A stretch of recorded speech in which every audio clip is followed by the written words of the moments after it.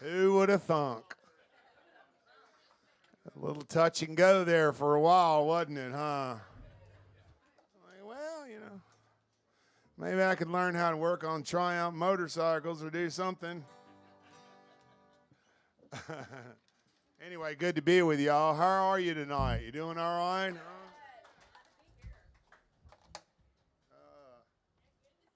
Let's see if this all works. All right. We're going to start off. Yeah.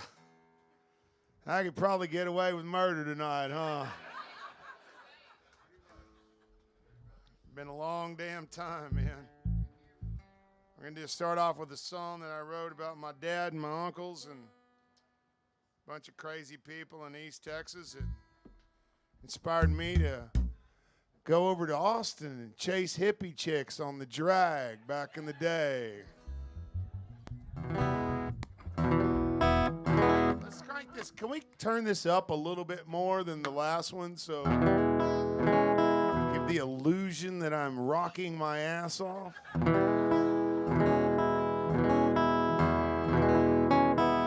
All right, here we go. Once more with feeling. Ready? 1, 2, 1.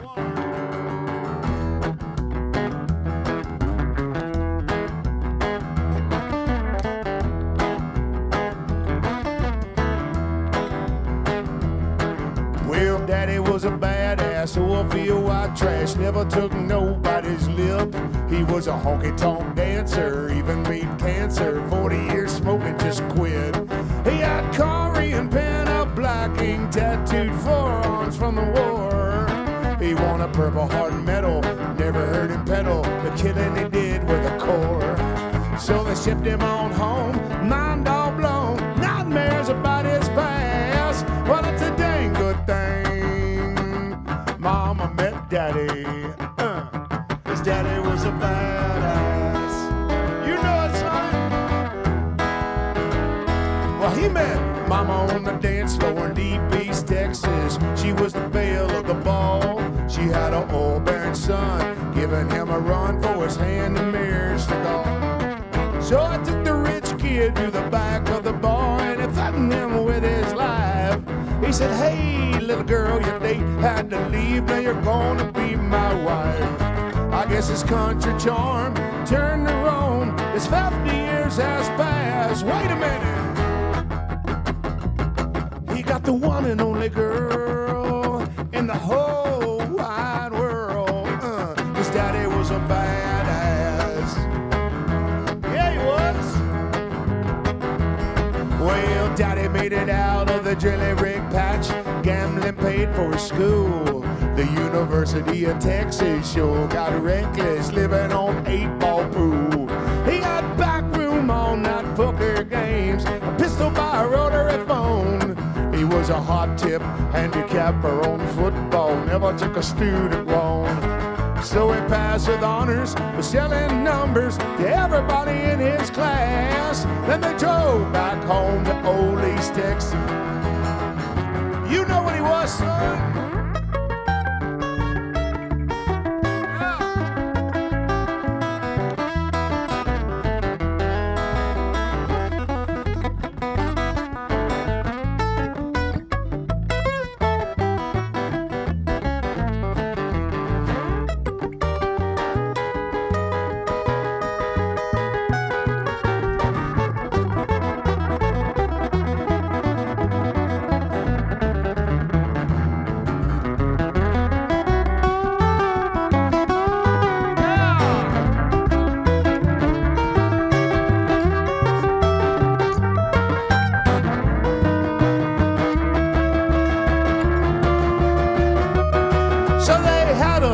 And they built a little house and they started that company. They made drilling bits for the oil rigs and made a shit ton of money. Hired all my uncles and the good old boys back in the roughneck days, till the shop burned down, lost everything he had, and went their separate ways. So he bought $5,000, flew to Vegas, put it on the red and black. He made 200 G's. He got the business back, y'all. Here we go.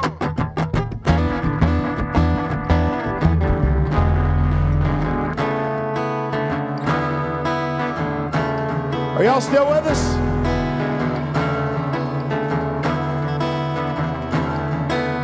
Daddy retired and he sold his business and the kids are up and gone. He said, woman, I just can't sit around here. You know I gotta keep bringing it on. Climbed on his 1963 Bayonet Harley Davidson and rode it wide open till the end of the world, off a cliff and into the sun. Now at his funeral, Mama was smiling, said, that's the way should have passed. In a blaze of glory, he was done with the world, y'all. His daddy was a badass. His daddy was a badass. His daddy was a badass. Yeah.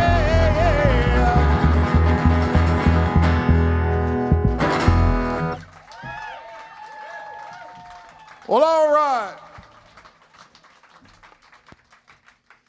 Good to be amongst. Had quite a eventful last 16 months. Did some shit that I never get to do, man, because I'm always on tour and I'm always on the road. I built a little motorcycle shop in the backyard and place to kind of hide out from the family and just kind of get away from people and grew a little garden. Always had a black thumb, couldn't grow anything, man. So kind of figured that out a little bit. And before the pandemic hit, this agent, this literary agent, called me and said, look, there's this big publisher from Hachette Book Group in New York City who has been reading your rants on Facebook, and they want to offer you a book deal. I was like, really? And she said, yeah, but you have to write, 3 like real chapters. It just can't be some shit you're pissed off about on Facebook. And I was like, okay. So I did, and they gave me a publishing deal. And on Wednesday night, I turned in a 82,000-word book. This will be out worldwide on November 9th. So, and this is it's not that unusual for Southern and Texas writers to go up to New York and knock on the doors of publishing houses and stir up the local color. I would think that the literary world would be pretty boring without us. So anyway, I'm going to tell some stories from the book tonight, and they're all backstage stories, and I'm the only person that I throw under the bus. I'm basically the only idiot in the book. Anyway, since we're down in the piney woods, let's do this one here. Hey, can you take this acoustic guitar out of here if you can? It's so loud. Just a skosh, if you understand that technical talk. Maybe just a country hair. College words. Oh, does it turn both of them down? Okay, because we got to keep mine up. Mine's got to be like blowing my hair back and shit. I want to look like Steven Tyler in those 80s Aerosmith videos, okay? So just crank mine up. Yeah, see, we got to keep that up for me, Daddy, because I don't have my amp in the back. I got to go bigger than that. Let's keep it going. I feel like we might have just messed with the secret potion there. All right, once more with feeling. All right, 1, 2, you know what to do.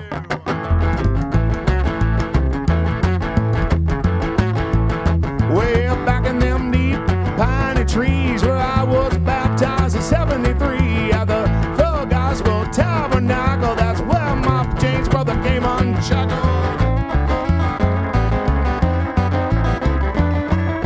Well, they were speaking in tongues, handling snakes to kind of creep me out. So I made a break. I wound up picking on this old guitar at the Devil's Shoe Joint. Belly Bell, what I'm a Holy Ghost rock and roller. Spent my life looking over my shoulder. Preachers all keep praying for me. The devil's music gonna set me free. Sunday morning I'm so hungover.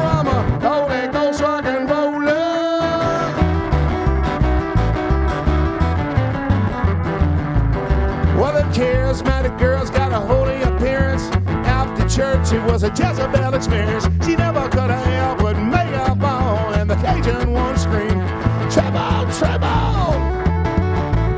Hey. So I started making music for the secular party. I got a booking agent named Davis McClarty. He booked me all over this great big world, playing Holy Ghost music for the screaming girls. Cause I'm a Holy Ghost rock and roller. Spent my life looking over my shoulder. Preachers all keep praying for me. The devil's music gonna set me free. Sunday morning I'm so hungover, I'm a Holy Ghost rock and roller.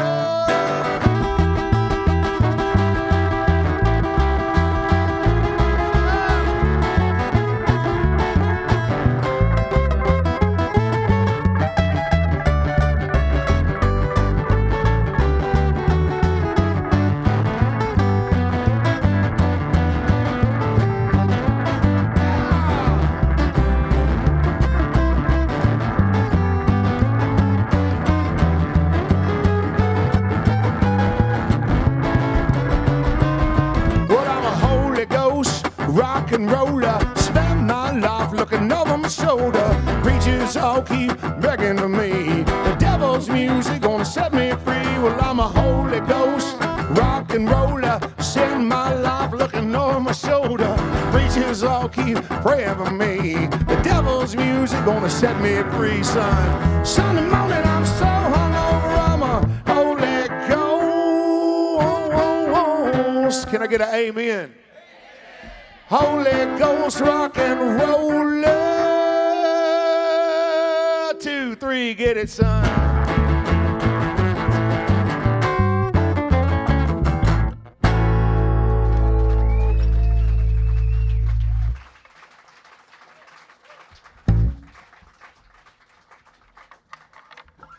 Well, all right, all right.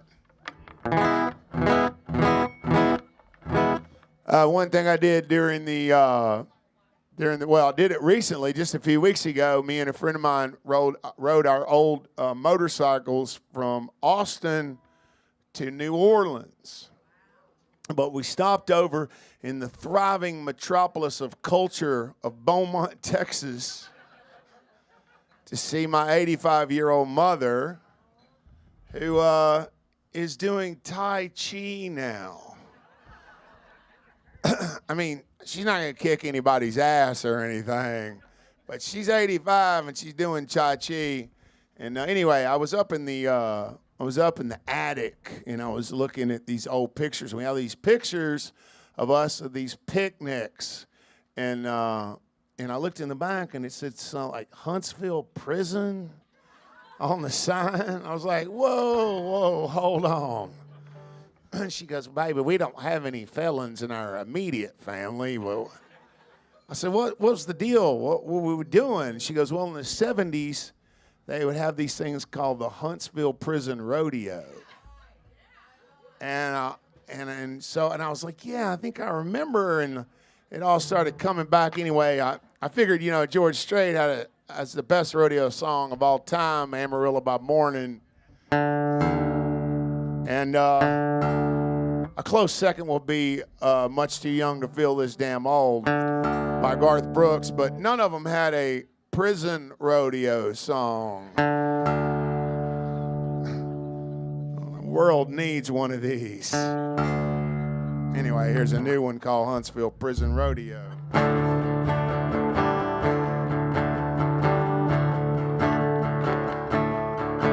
Well, we moved into a bigger house when the old man got a raise. Still did the same things we did in his old paydays. Mama packed a picnic lunch. We'd drive up 95 to the Huntsville Prison Rodeo to see who survived. As we pulled into the prison gates, the guard dogs checked our truck. No weapons or contraband, they were fresh out of luck. Well, the bleachers were full of cowboy hats and pee-wee boots and jeans. 30-06 and mirror shades on the guards looking mean. Well, at the Huntsville prison rodeo, the cowboys were adored. 3 seconds of freedom between the hospital and morgue. Well, the bucking Bronx, the pissed out Bulls put on one hell of a show. Desperados riding in the Huntsville prison rodeo.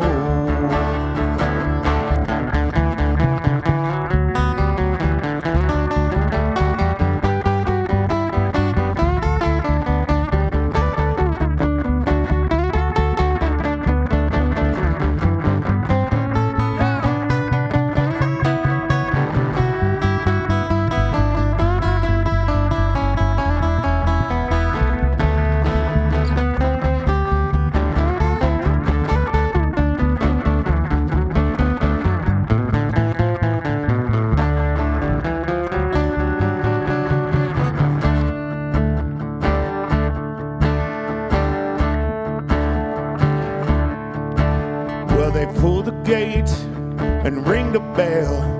The announcer called the roll. Hey y'all, this old boy is only 22 and doing life without parole. And his bull Diablo, well, that's as mean as a snake. Hey man, watch him fly off Diablo's back. Watch his bones snap and break. Well, at the Huntsville prison rodeo, the cowboys were adored. 3 seconds of freedom between the hospital and morgue. And for a kid in 1978, I saw some hard ways to go. Desperados riding in the Huntsville prison rodeo. I said desperados riding in the Huntsville prison rodeo.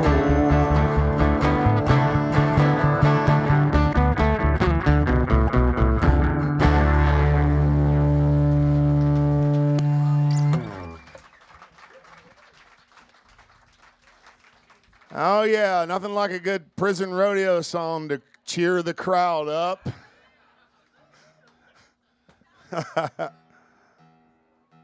Anyway, I decided I would bring my orchestra for you guys tonight. All the way from Austin, Texas, via San Antonio on the big doghouse bass. Good to be out running the roads again with my friend Chris Rhodes. Give him a hand.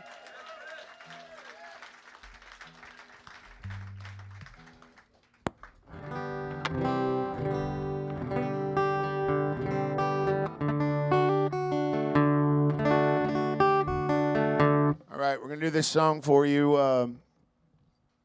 This song was inspired by a thing when I was a kid. I got to play on this Waylon Jennings record called Right for the Time, and he used to go around saying, "That's just the way we are." And it was kind of a little inside joke, and we ended up doing this song. And now if we don't play this song in certain places, you know, big mega cities like Mahia or Waco, you know, people will lose their minds. I will get death threats on Facebook if I don't play this. And what's funny is they'll tell me, it'll be people who are like, "Well, we drove all the way to Mahia from Pennsville." And I'm like,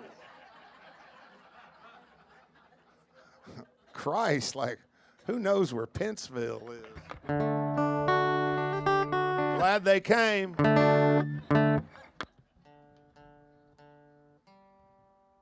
right, here we go. I've never really used a 1970s phaser pedal through a Martin acoustic guitar, but we're going to try it tonight, okay? If it sucks, it's only us in this little room. I mean, can't be too damaging for my career. What is that? Is that a mint julep? What is it? It's a last word. Holy wow. That's dark. Some highfalutin drinking going on over there. All right, once more with feeling. 2, 3, dig it. Blew our minds out well the night before on Mexican lettuce and cold Lone Star. Now we're driving to a gig so far. Brother, we can't help the way that we are. Well, last night we sold out and we're headed wide. Tonight we couldn't get arrested if we set ourselves on fire. Still we're picking these guitars. Brother, we can't help the way that we are. There we go. Oh, now can I sing to you truth about the blues and the heartache, Lord, that we all go through? Ain't the ex-wife or the whiskey or the life of a gypsy just a toll on the souls of me and you?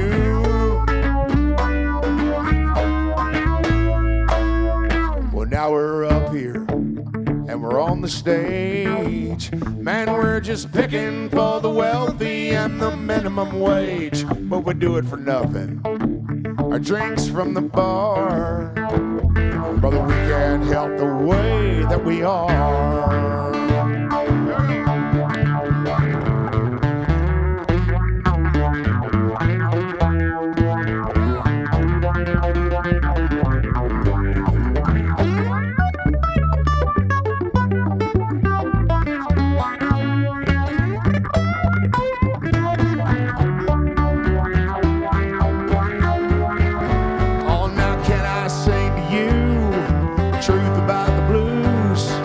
Heartache, Lord, that we all go through. Ain't the ex-wife or the whiskey or the life of a gypsy just a toll on the souls of me and you?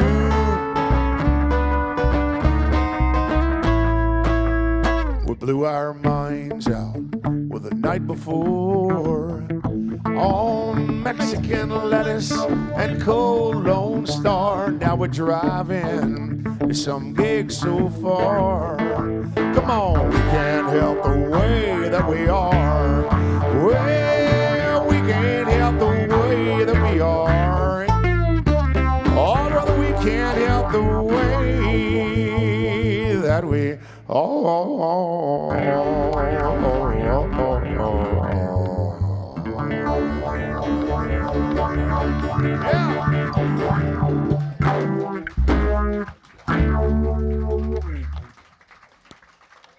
Well, thank you. That was the right amount of applause for that rendition of that song.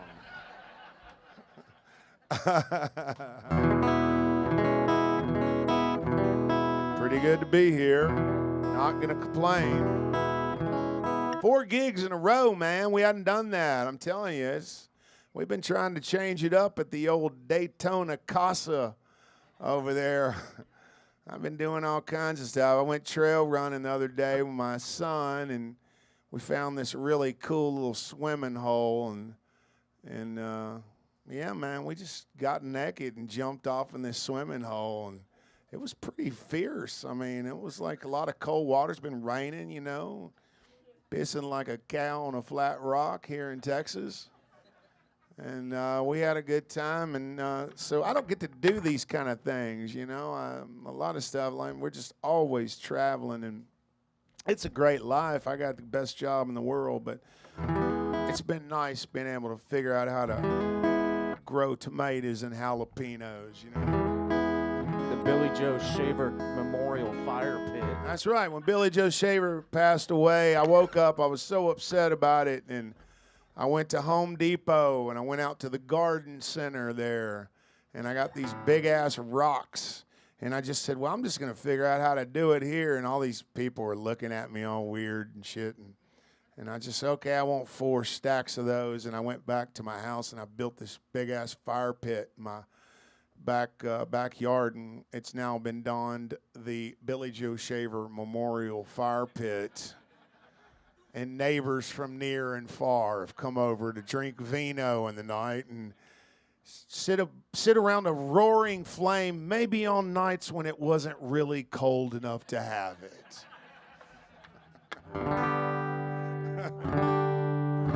Oh, well. There's a new song that I wrote. It's another new one I wrote about a character who's from Marfa, Texas. He died a little over a year ago. His name was Boyd Elder. And Boyd Elder, if you Google him, he's this real amazing character. In the 60s, he went to Los Angeles, all the way from out there. He's a local. He's from Valentine, Texas. And they brought all these huge longhorn skulls. And apparently, in the 60s, no one had painted on longhorn skulls. So Dennis Hopper saw this shit and lost his mind. Dennis Hopper being an art philanthropist, really, it was a big deal, you know. He was friends with Warhol and all the big guys. So he told Boyd Elder, let's have an art opening for you in Beverly Hills. And Boyd Elder's like, okay, man, well, we'll just paint some more of them and bring them down. And they made more money than a show dog could jump over. And he went back to Marfa and got, paid off the family house in Valentine. And anyway, his skulls ended up on those Eagles records. On all the Eagles records, they have these skulls.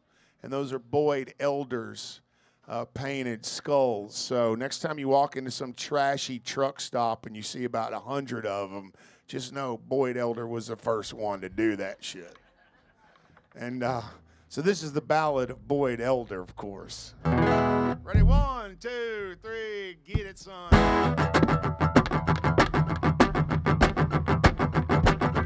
Boyd Elder was a Lone Star man, painted longhorn skulls on the man. Kept a house out in Valentine, and he hung out in Marfa when the lights would shine.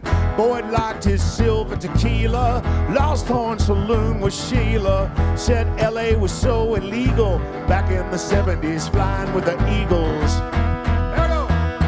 Well, riding through the desert in a Cadillac, trunk full of longhorn skulls in the back, working on a painting, working on a buzz, loving all the women and running from the fuzz. Cartels had a lot of dough, Phil Boyd's skulls would blow. Well, they turned him down near every time. He said he couldn't take the pressure on the borderline man.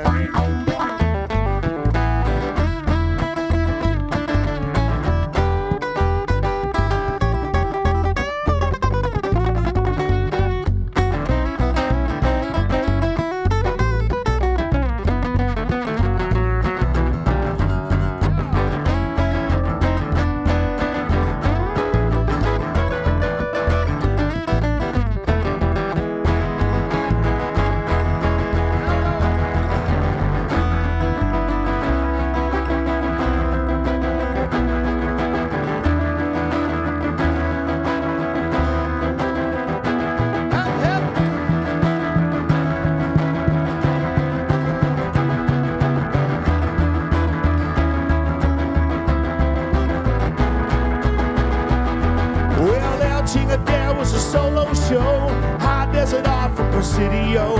One big party, him and Bobby Bruller. Bears Vegas boys wouldn't know one cooler. Boyd Elder was a Lone Star American. From Mexico, he was a South in the character. Hey baby, now K Paso was high art from Presidio. Well, Boyd Elder was a Lone Star man, painted longhorn skulls on the man. Kept a house out in Valentine, and he hung out in Marfa when the lights would shine.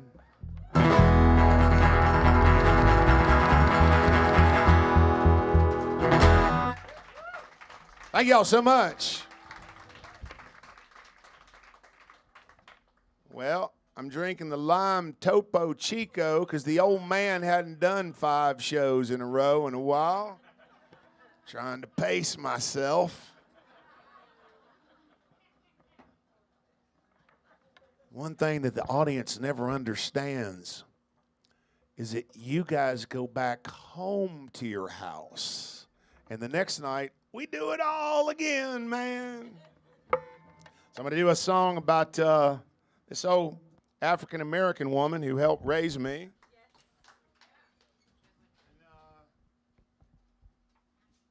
She was my best friend ever. She was cool. She turned me on to all kinds of stuff. Looking back on it, and in Beaumont, man, it was a pretty amazing culture, She was teaching me how to speak Cajun and how to make a roux so I could make a gumbo. And she turned me on to Zydeco music and Lightning Hopkins and Mahalia Jackson because we didn't listen to secular music on Sundays. So we'd listen to gospel music and, making roux and speaking Cajun.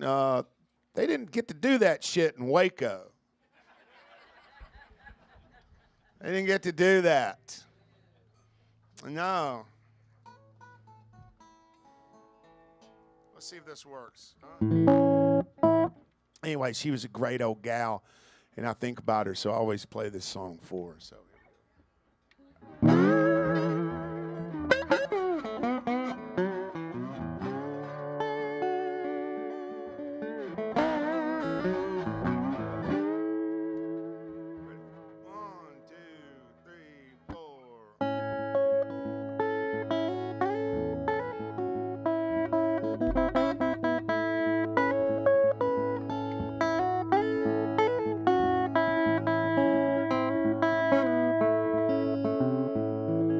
Sweet potatoes cooking in the kitchen on Sunday after church.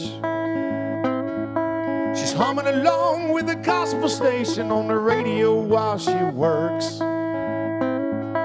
And through the house you can hear a voice to the front porch swing. You can hear choke up when the preacher mentioned Martin Luther King. It was a beautiful thing. It was a beautiful thing. Well, it seemed like she lived with us most of the time, but she kept her place across town.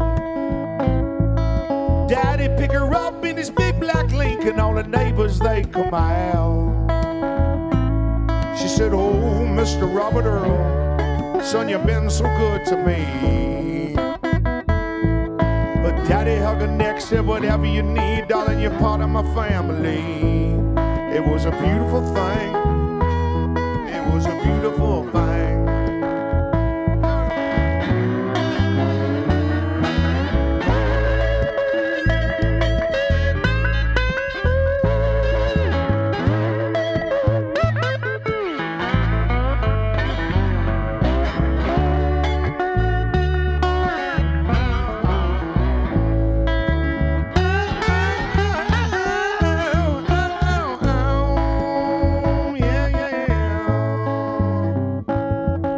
She walked me to school every morning when I was just a little boy.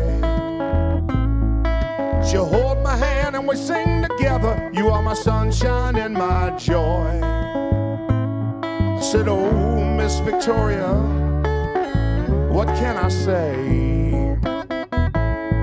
What a black old lady was my best friend, made me who I am today. It was a beautiful thing. It was a beautiful thing. She was born in 1897 on Louisiana, Texas line. And she left a damn near 90-something, not a sick day in her life. When she passed, it hit us hard. We all felt the pain, yes we did. Well, her funeral was black and white, but our tears were all the same. It was a beautiful thing. It was a beautiful thing. Oh, it was a beautiful thing.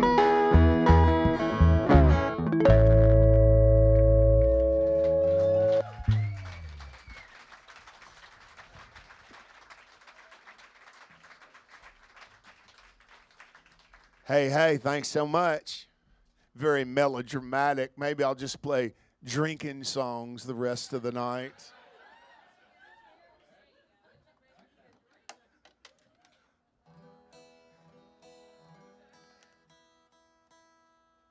How many of y'all, is this the first concert y'all have seen in a long while, huh?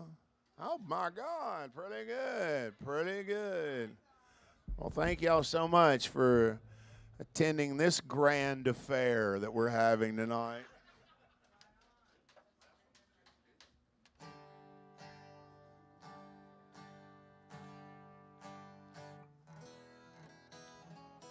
And for anybody that may have to go back to work finally, you know, I just don't know what they're going to do about all this commercial real estate, because who wants to go back to work, man? People are going to figure out how to stay home and do their shit, right? Anyway, may have to do it, don't have to like it. All right, here we go. 1, 2, oh, you know what to do.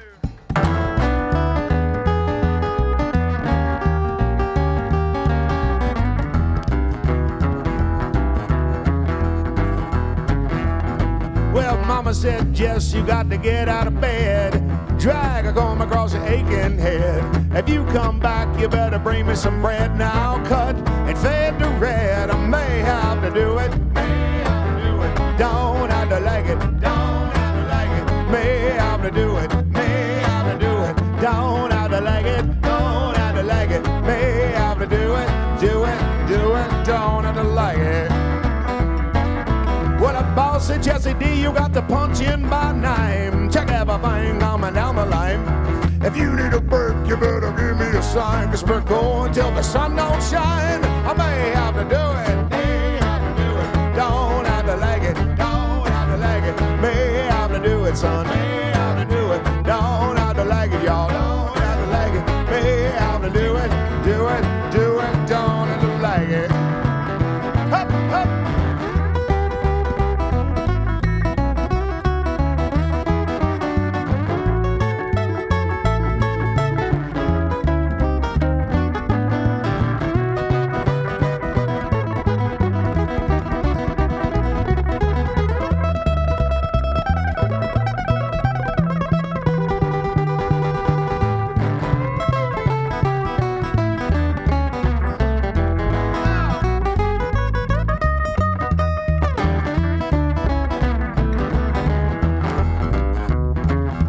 Y'all, that's 10,000 hours of watching Jerry Reed on Hee Haw. Give me a little bit of love for that lead.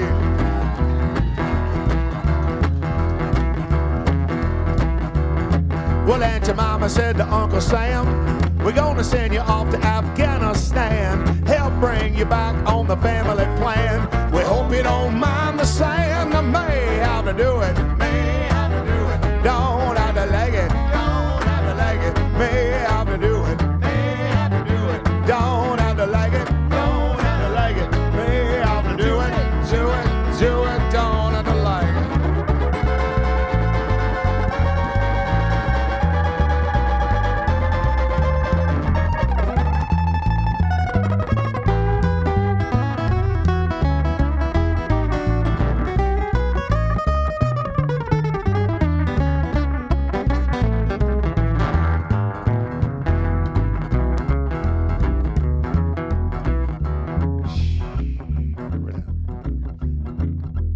All right.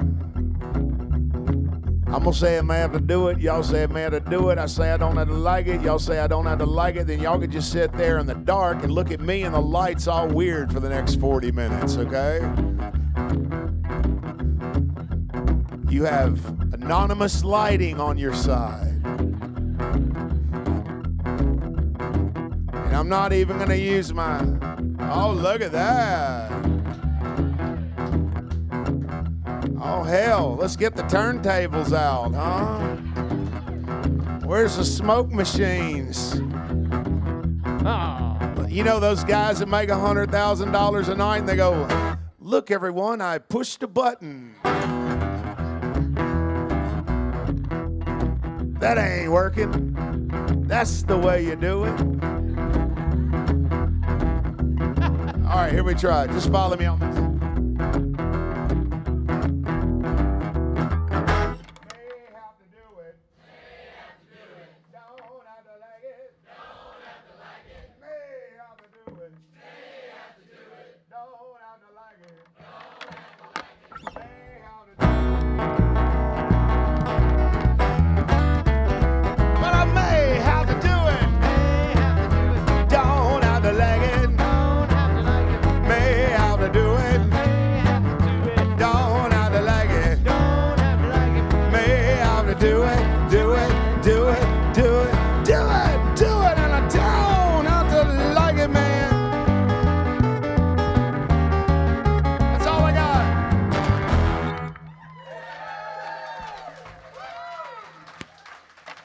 Thank you so much.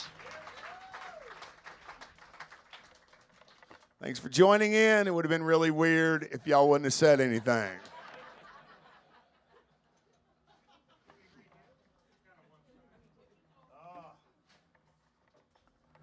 Topo Chico's not as fizzy as it used to be, man. Coca-Cola bought out Topo Chico, you know? I think they might not be getting it from those same Mexican Springs.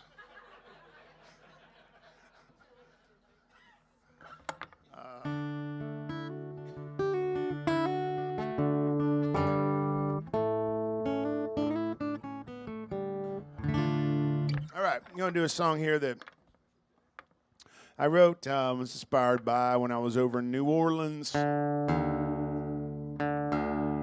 of crazy about all the history there. It's a true song, but it's not based on any in particular things. It's something I came up with to pass the time in my room. Probably make it on the next record.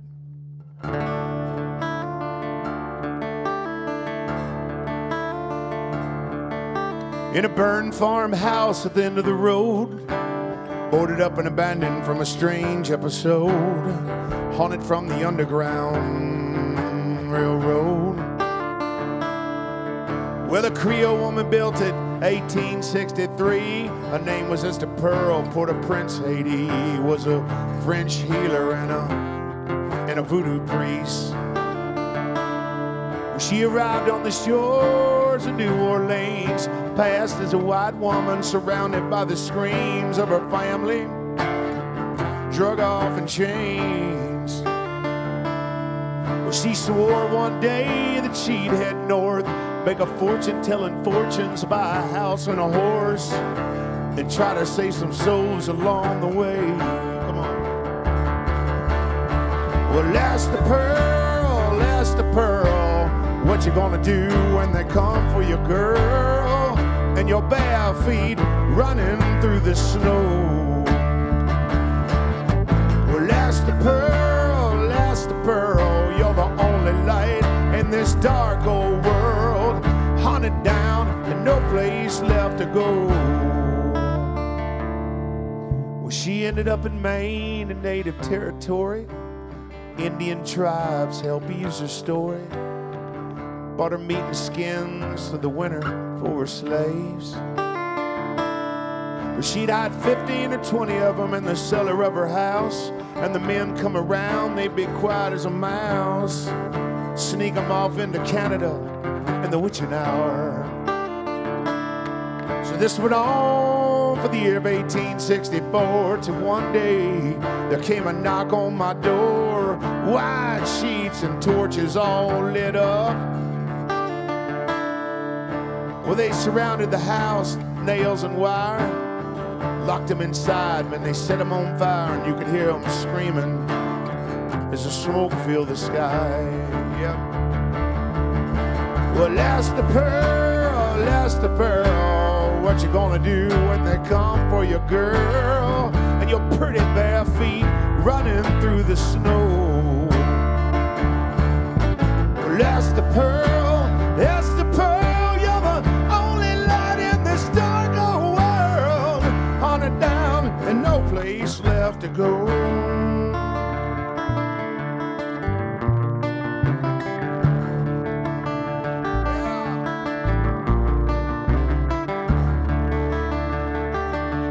And it's only a matter of time till we hear them whistles whine across the Mason-Dixon line. Well, it's only a matter of time, yeah. Ask the pearl, what you gonna do when they come for your girl and your bare feet running through the snow? Yeah. Well, ask the pearl, you're the only light in this dark old world, haunted down and no place left to go. Honey, no place left to go. Honey, no place left to go. place left to go.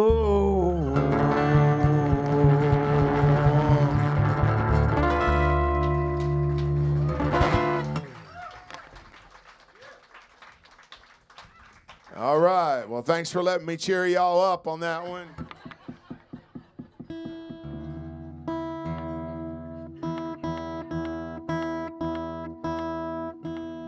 If you're a first timer, you can lean over and ask your friends. I do have some funny songs too. I don't have quite as many as Kinky Friedman, but that's probably a good thing. So.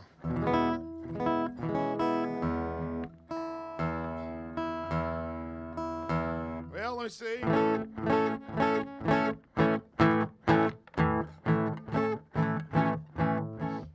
When I was in Nashville, I got to play on this Waylon Jennings record, and that opened up a whole bunch of doors for me as a guitar player, because I didn't play guitar. I didn't do that little poppy string thing that was all over the radio at the time, and I'd learned from these old school guys, and so I fell in with these guys, and I got to, well, one day I opened the door at Woodland Studios, and Johnny Cash opened the door, and he said, "Are you going to stand there with your mouth open, or are you going to come in and play that thing?" And then he really twisted the knife a little bit and said, "Hello, I'm Johnny Cash."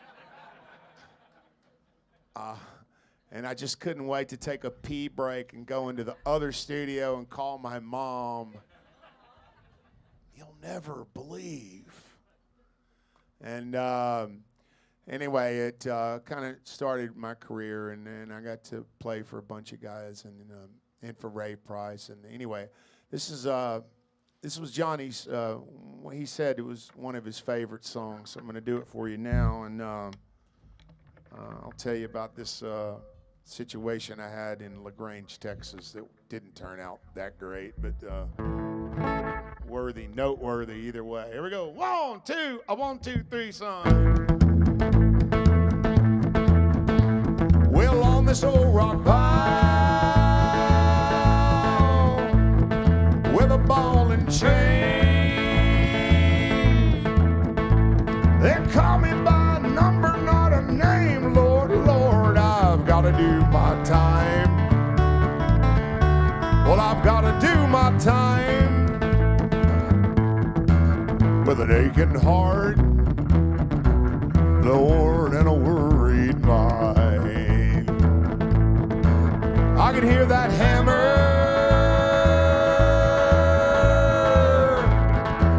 I can hear that song.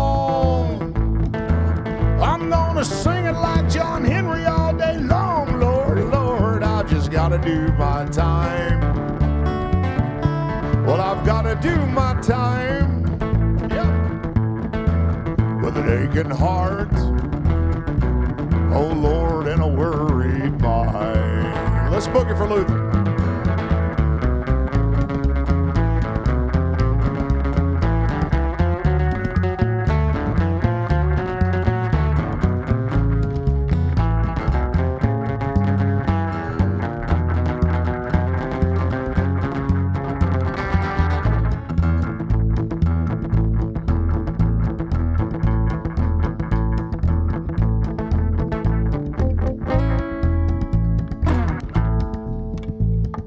I was traveling through, after I'd done this situation, I had just played with quite a few guys, and I was traveling through LaGrange, Texas, and I was very young. I was maybe 23, 24, and I got pulled over by about a 7'2" Czechoslovakian police officer who had a lot of consonants in his name, but he didn't speak with a Czechoslovakian accent. It was pure central redneck Texas accent, and he was not too impressed by the speed that I was going through LaGrange, Texas.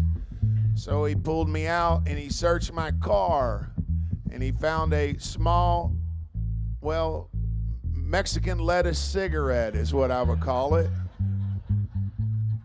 God knows how long it had been there.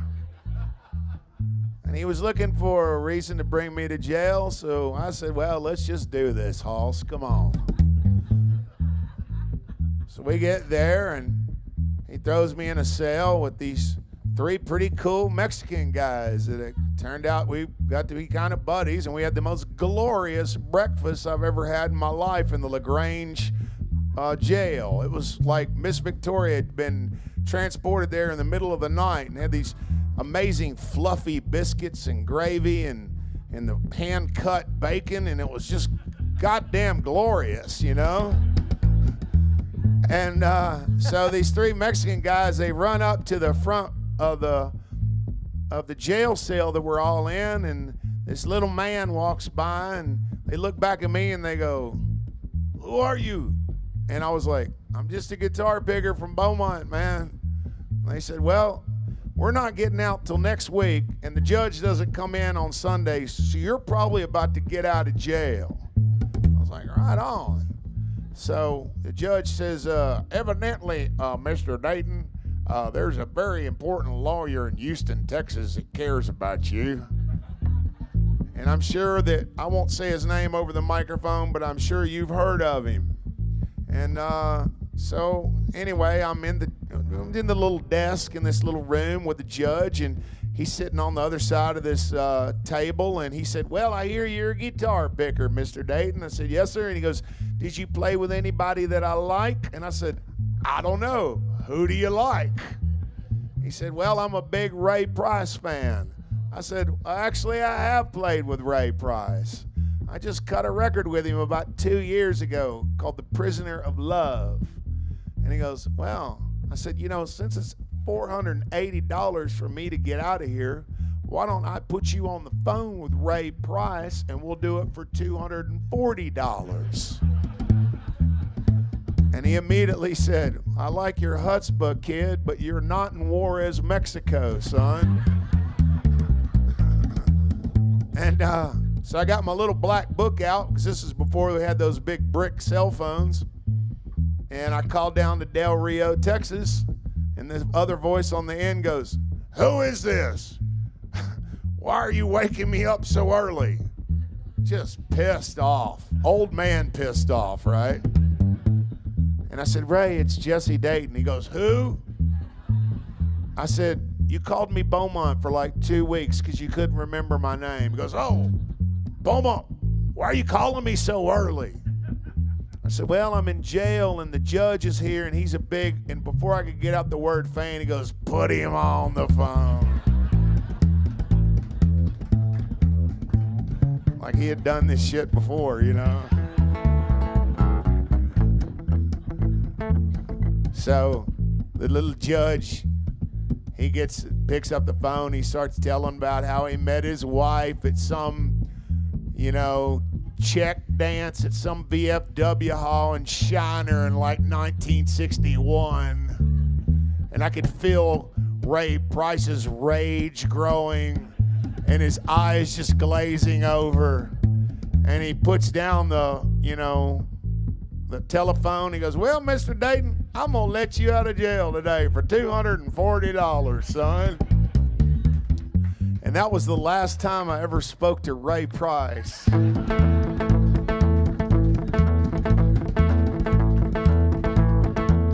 When that old judge looked down at me, he said, I'll put you in that penitentiary, son, I've just got to do my time. Well, I've got to do my time with an aching heart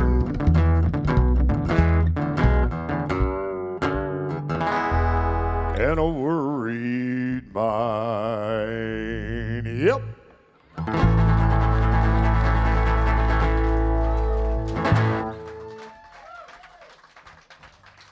Thanks so much. Well, see, we're all kind of in our own little segregated areas, and they've only got it half full tonight, which is kind of a trip, huh? Usually it's really sardine-esque in here. And I kind of like it a little bit. My agent probably doesn't like it as much, but I kind of like it.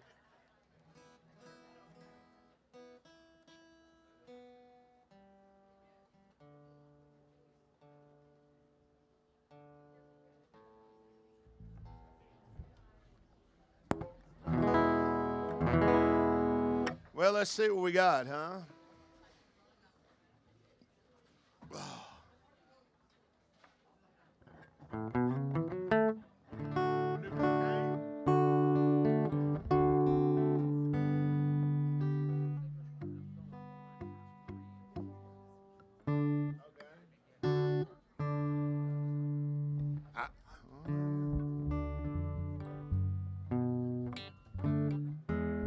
I don't know. I don't know how to play it like that, Chris. That's what I'm just showing you. I like to just talk about what we're talking out of the blue on the microphone. Now, we're talking about this song. It's this song from 1937, and it was written, you know, as a really old, you know, pre-war kind of song. And the Rolling Stones did it, and Jackson Browne did it, and just for the record, I have not done this since the 80s.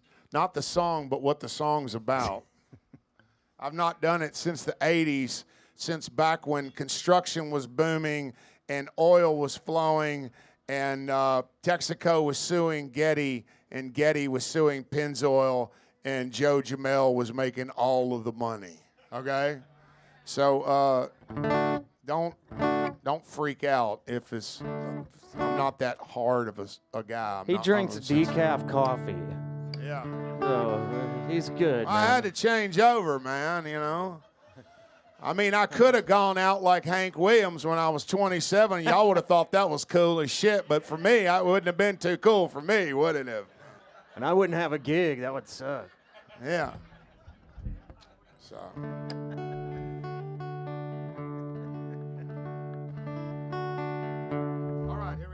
One, two, let's try to do this song.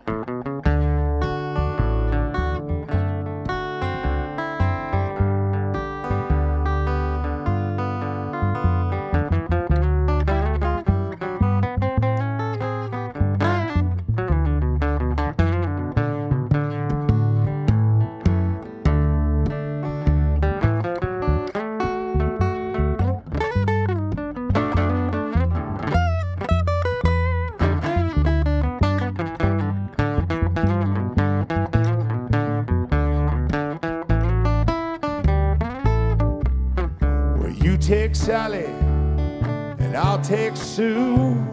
Hey, there ain't no difference between the two.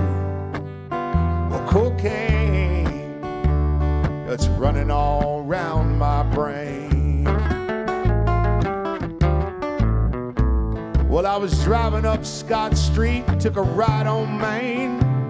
I was looking for that gal who sold the cocaine. Well, cocaine, well, it's running all around my brain. Oh, mama, won't you come here quick? That old white stuff about to make me sick. Well, cocaine, well, it's running all around my brain.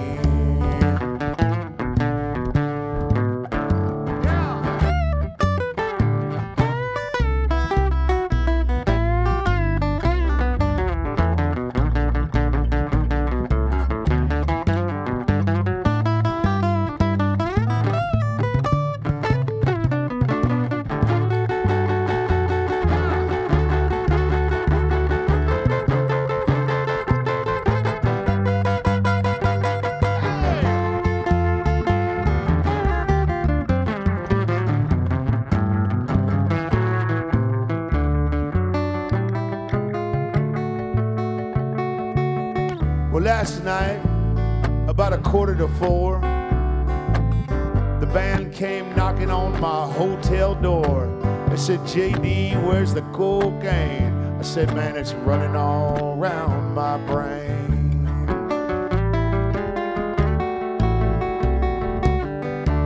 Well, down at the hospital, The doctor said, son, it says here you're 35, but that's impossible.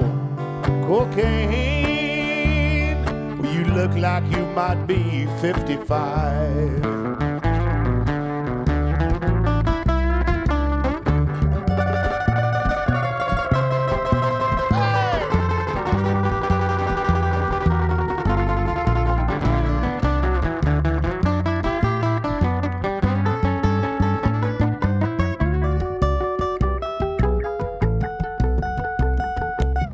Well, I'm losing touch with the reality, and I'm almost out of blow. Well, it's such a fine line, y'all. I hate to see it go. Cocaine, well, it's running all around my brain. Oh, mama, won't you come here quick?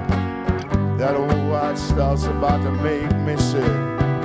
Cocaine, well, it's running all around my brain.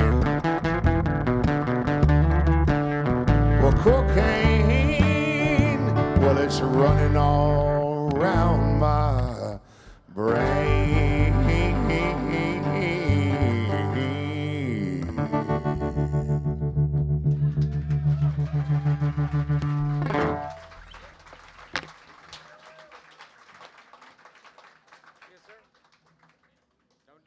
That's some old school shit.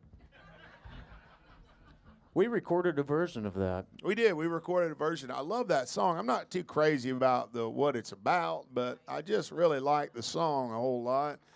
I never really enjoyed that stuff, you know. I had a real short window there of staying up all night going, God, I just paid that guy all that money and I'm just sitting there staring at the ceiling forever. I'm not having fun.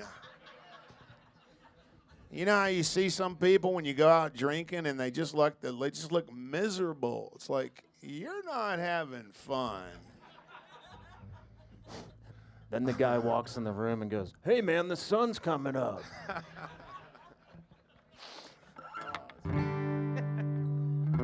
That's one of the great things about getting older is you actually get to live through all that stuff.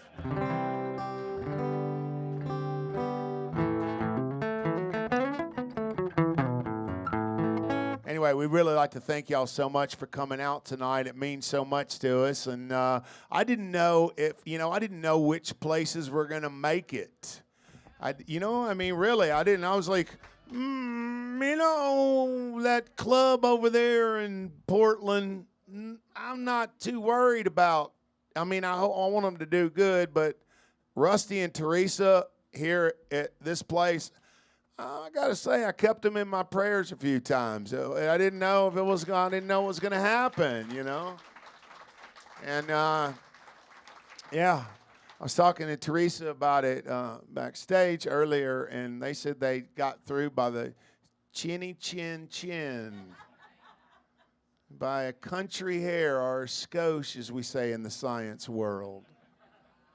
But anyway, I'm super happy to be here. I love this place. I've been playing here since I was a kid, since before I could shave.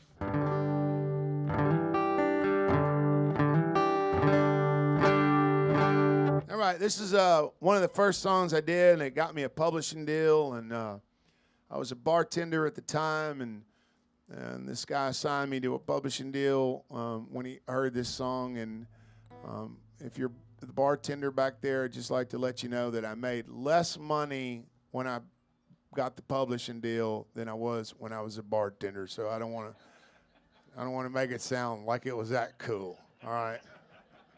Here we go.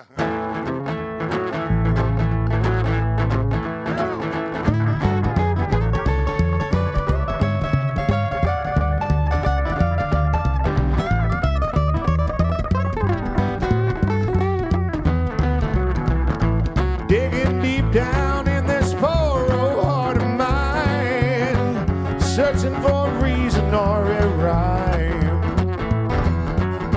Mud on my boots dries quicker than the tears in my eyes. She's kissing Abilene goodbye. One waving hand is all I see through diesel smoke.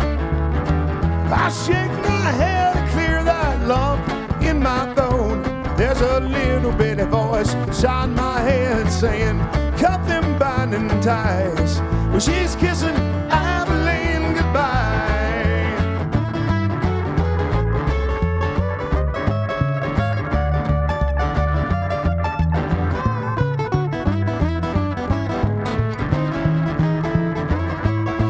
We go back and forth for a minute or two, while the driver says all passengers boarding now.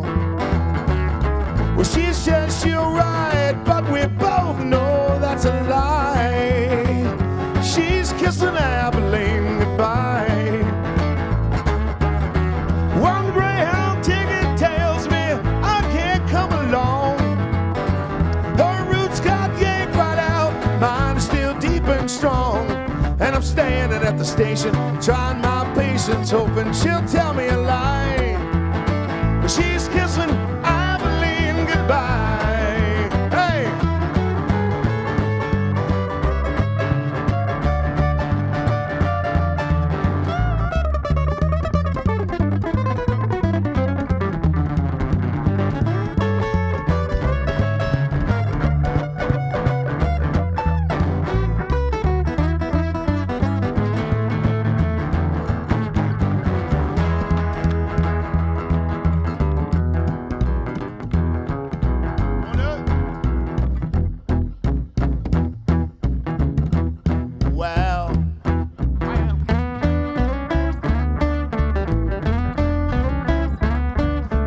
Used to run around all night long, baby crying, said I'd done her wrong. Well, now I used to love her, Lord, but it's all over now.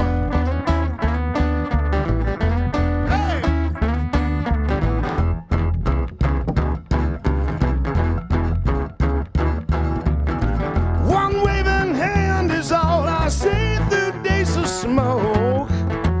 I'll shake my hand to clear that lump in my throat. Lord, I'm standing at the station, trying my patience, hoping she'll tell me a lie.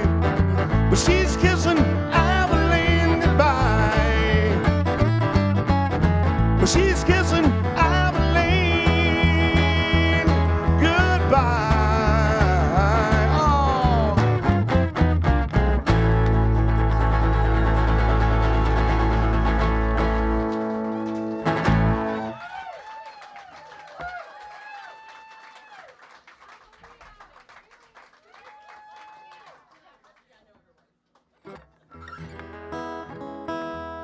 I want to tell you guys, too, that every Wednesday I do a radio show. It's on Gimme Country Radio. It's now the #1 show on that station, and it's been great. It's been awesome. You can go back and listen to all the archival interviews, but I've had everybody from, Billy Gibbons, from ZZ Top to Ryan Bingham and Ray Wiley and just you name it, man, all kinds of people. I think next Wednesday we have Rodney Crowell is going to be on the show. And anyway, it's every Wednesday. It's free to listen to. Just wherever you go to get your podcast, your apps, just put in GIMME Country. I'm on every Wednesday. You'll see it. And they actually gave me my own 24-hour station to program. So the first DJ that I hired was Chris Rhodes, and now Chris Rhodes has his own show. And yeah, we just over here been, making lemonade out of lemons like we do. Just trying to keep it going. I'm a DJ now. Yeah. Jesse Dayton calls me up. He's like, "You're a DJ now." Figure it out. Start spinning some plates. Okay. It's hard to keep that foot one going, isn't it, huh? Put one on the upright bass, sir. Anyway, it's been great. And tomorrow we're playing in San Antonio, or as the heavy metal bands like to call it, Man Antonio, because nothing but dudes show up.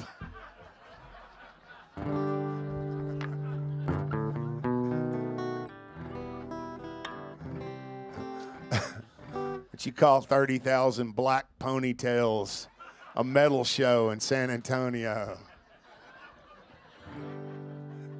I wish I had a rebuttal to that, Jesse, but I actually love San Antonio. I'm just kidding around, but no, I do. I really like it. I'm not backpedaling.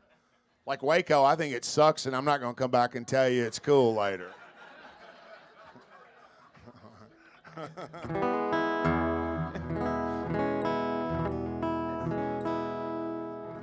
Yeah, so much for our residency in Waco.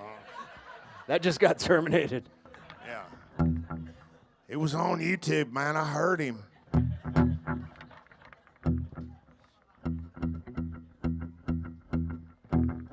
But I like places that aren't, like when we play in New York City, I never go to trendy bars, or I go to some Irish neighborhood or some little neighborhood. I go to some old local, and hang out and I actually like, and I hope I'm not offending anyone from New York, but I actually like hanging out in Jersey. I like Jersey people, man. They're real. Jersey people won't piss on your leg and shake your hand at the same time, And if you go and you play in Jersey and you play a song by Bruce Springsteen, they will automatically like you. Even if you suck, they'll probably like you. It's like they're willing. You feel like let's do a Springsteen song. Huh? You want to do it? Bruce.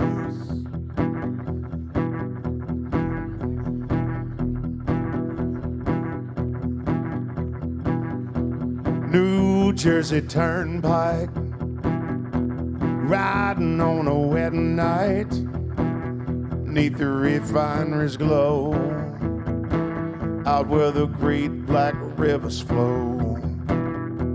License registration, I ain't got none, but I got a clear conscience about the things that I've done. Come on. Mr. State Trooper, please don't stop me. Please don't stop me. Please don't stop me. Help, help.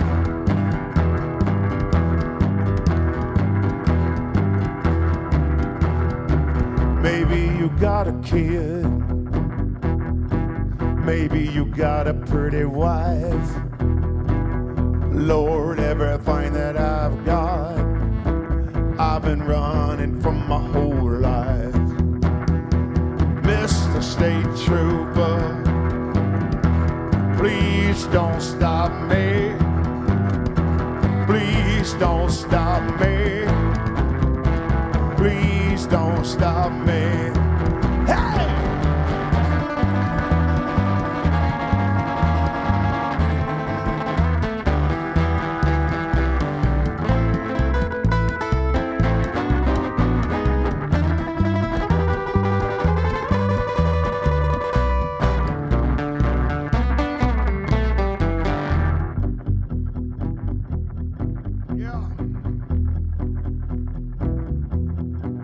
In the wee hours, your mind gets hazy, and radio relay towers gonna drive me to my baby.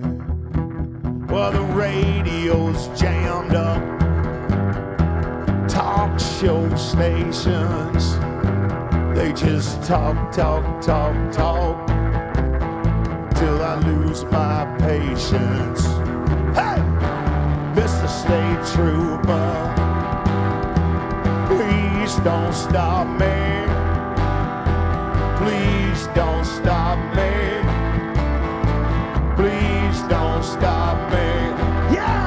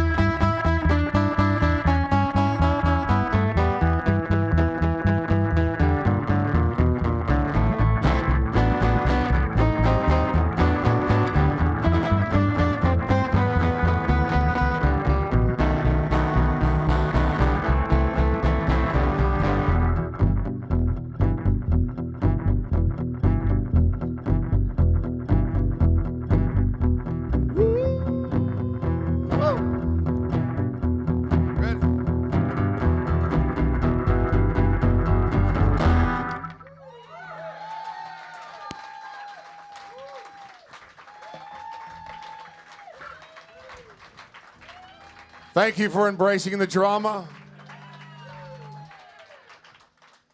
I don't know how many singer-songwriters have jumped off the stage yet during the YouTube. How y'all guys doing, huh?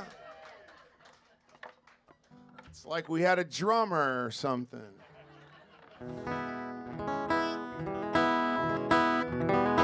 All right, well, we got time for a couple of more. And I'd like to tell you guys that I really, I know I kid around a lot up here, and I'm sure there's a few of you guys who are kind of like, I don't know about that guy, but none of it's serious. If I didn't have a sense of humor, not just to make it through the last 16 months, but the last, since I got on this crazy music kick, we would have lost our minds. So we're, as they say in East Texas, we're just funning, okay? So we hope you guys had a big time.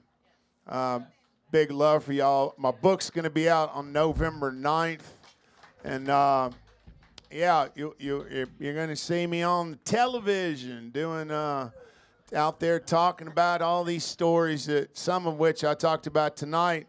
Some of you guys know I worked with Rob Zombie and Rob Zombie's not the guy that was really in my wheelhouse, and but he saw me play one night. I was playing with Social Distortion in Los Angeles, and he came out, and so we did some movies together, and it really helped me. It helped me buy a house a long time ago for $108,000 in Austin. Did pretty good on that one. I got the Elon Musk employees coming in, you know. But I don't know where the hell I would live, man. I'm not ready to move out to Lockhart, you know. Yeah, or LaGrange. Damn sure I ain't going to LaGrange or Waco. Hey, he was talking really good about San Antonio. He's wrong. It sucks there. Waco is the new Austin. Tell everyone. All right? They got a college. There's a river walk. Yeah, that's funny. Don't be sending them my way.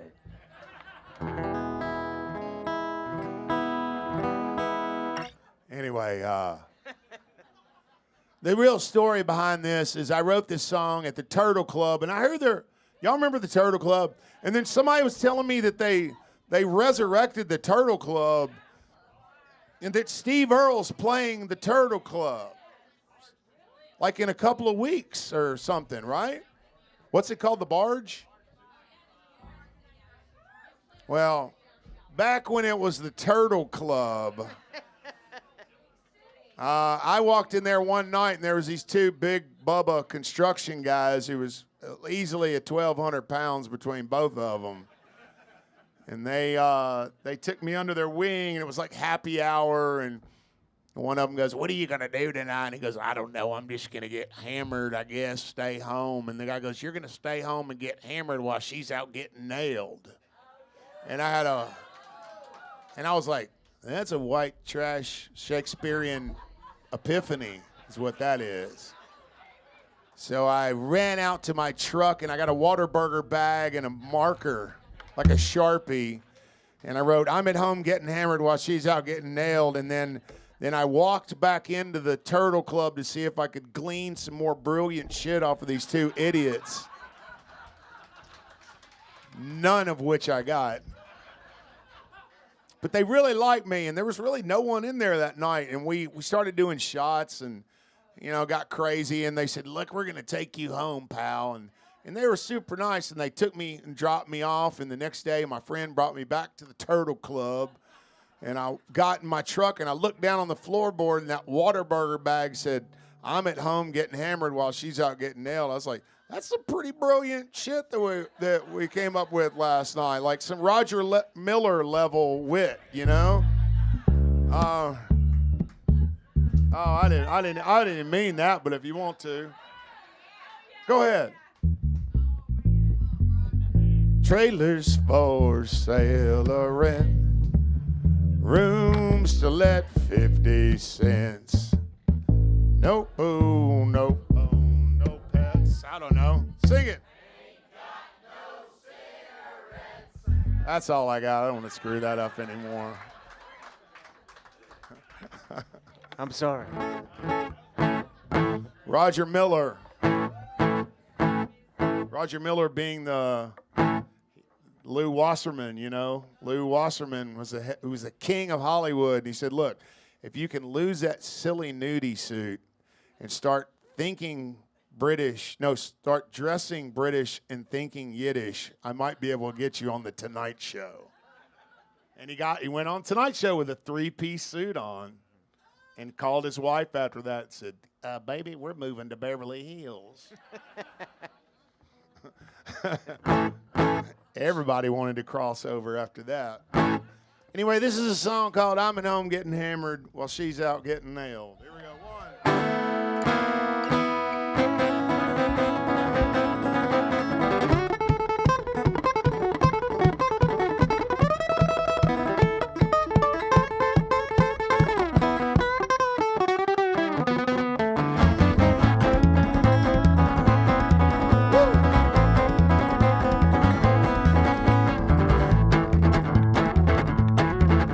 We started in the morning, carried well into the night, throwing dirty dishes with all of our might. Sad commentary on a marriage that has failed. I'm at home getting hammered while she's out getting nailed.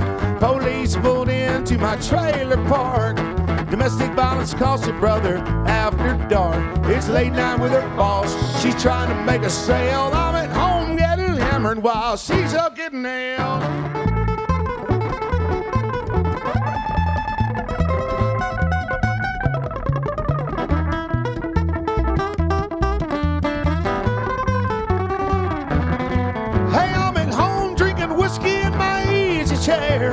Watching Jerry Lawler pulling Andy Coffin's hair. I had a suspicion, so I opened up her mail. I'm at home getting hammered while she's up getting nailed. Sure.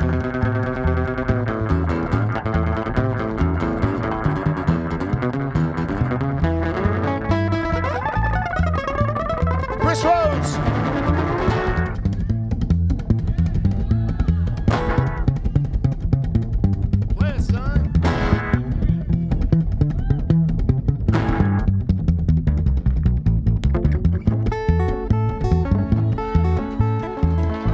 Give him a hand.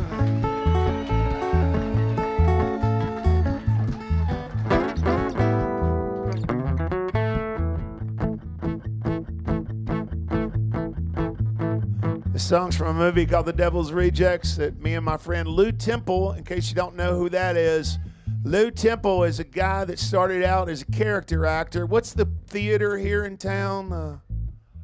The Alley Theater. That's where he started out. He started out at the Alley Theater. You don't know his name, but if you looked him up, you're like, oh yeah, I've seen that dude.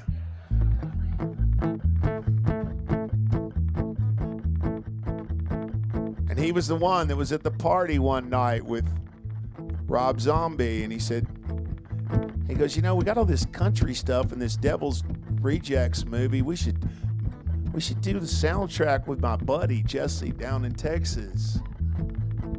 So I got a phone call from Rob Zombie saying we're making the ultimate white trash horror movie and we think your music would be perfect.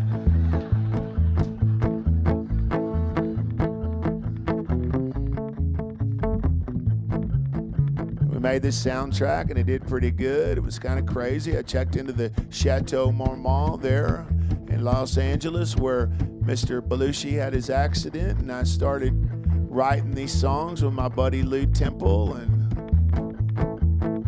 it started this whole new thing for me, and I ended up doing 3 movies with Rob Zombie after that. Made a little ching-a-ling, helped put the kid through school, you know. Ended up doing my own movie with Malcolm McDowell, and wrote this whole thing, and eventually said, dude, you got to go back on tour. You got to go back to Des Moines and play on Monday night. And I did.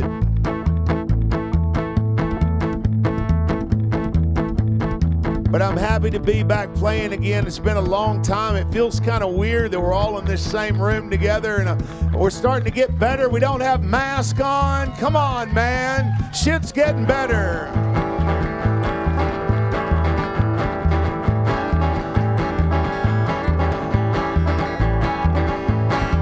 Hey, I'm a honky-tonk nighttime man.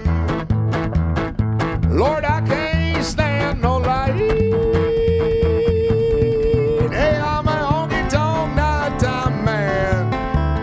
I can't stand no light, I do my sleeping in the daytime.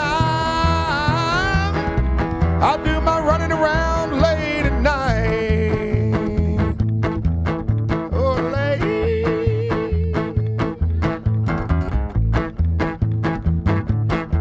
Well, now the moral of the story is sad but true. I love to drink, she loves to screw.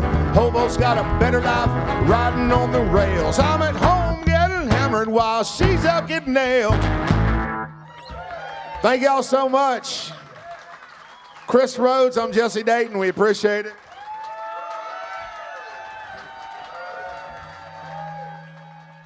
We love you guys, really do.